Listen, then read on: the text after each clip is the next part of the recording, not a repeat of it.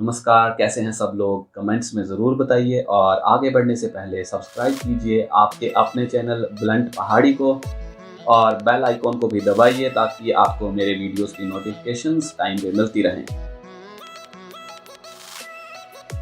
Places of worship act 1991 क्या है ये एक्ट? क्यों बनाया गया था? इसके प्रावधान क्या थे और आजकल ये खबरों में क्यों हैं? कोशिश करूंगा कि बिल्कुल आसान भाषा में आपको इस एक्ट के बारे में बताऊं। The Act says that no person shall convert any place of worship of any religious denomination into some different denomination or section. This Act contains a declaration that the place of worship shall continue to be as it was on 15th of August 1947. मतलब कोई भी व्यक्ति किसी धार्मिक स्थल की स्थिति को नहीं बदल सकता। किसी भी मंदिर को मस्जिद में, मस्जिद को गुरुद्वारे में, गुरुद्वारे को चर्च में नहीं बदला जा सकता। किसी भी धार्मिक स्थल की स्थिति जो 15 अगस्त 1947 को थी वही रहेगी। आगे उसमें कोई बदलाव नहीं किया जाएगा। तो ये था सिंपल सा और छोटा सा प्लेसेस ऑफ वर्शिप एक्ट 1991। कहते हैं ना कि एक्सेप्शंस आर ऑलवेज देयर, तो इस कानून में भी कुछ एक्सेप्शंस हैं। इसके दो अपवाद हैं। पहला अपवाद है the ancient monuments and archaeological sites and remains act 1958। इस 1958 के कानून के तहत जितने भी आर्कियोलॉजिकल साइट्स या हिस्टोरिकल मॉन्यूमेंट्स आते हैं उन्हें 1991 के इस कानून के दायरे से बाहर रखा गया। यहाँ पे आपके मन में एक सवाल उठ सकता है कि ये एक्सेप्शन, ये अपवाद क्यों निर्धारित किए गए?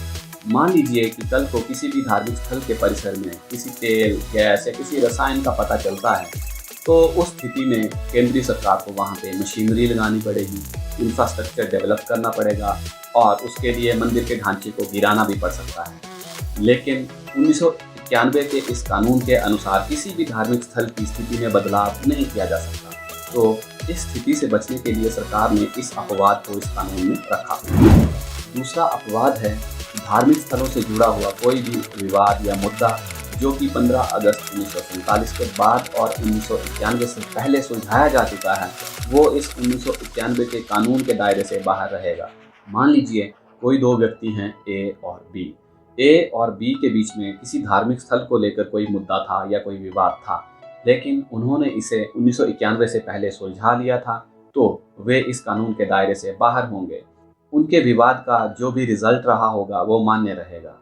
ऐसा नहीं है कि ए नाम का व्यक्ति कहे कि बी नाम के व्यक्ति ने धार्मिक स्थल की स्थिति में बदलाव किया है, क्योंकि उन्होंने ये बदलाव आपसी समझौते के अनुसार और 1991 से पहले किया था, इसलिए वो इस कानून के दायरे से बाहर ही रहेंगे। तो ये थी दो एक्सेप्शंस इस कानून की। चलिए अब बात करते हैं कि इस कानून के क्या प्रावधान हैं। इस कानून में प्रावधान है कि कोई भी व्यक्ति इस कानून का उल्लंघन करते हुए पाया गया तो उसे 3 साल की सज़ा और जुर्माना भी हो सकता है।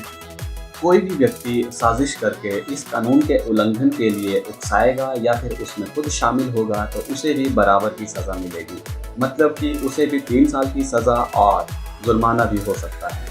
चलिए अब जान लेते हैं कि ये कानून बनाया क्यों गया।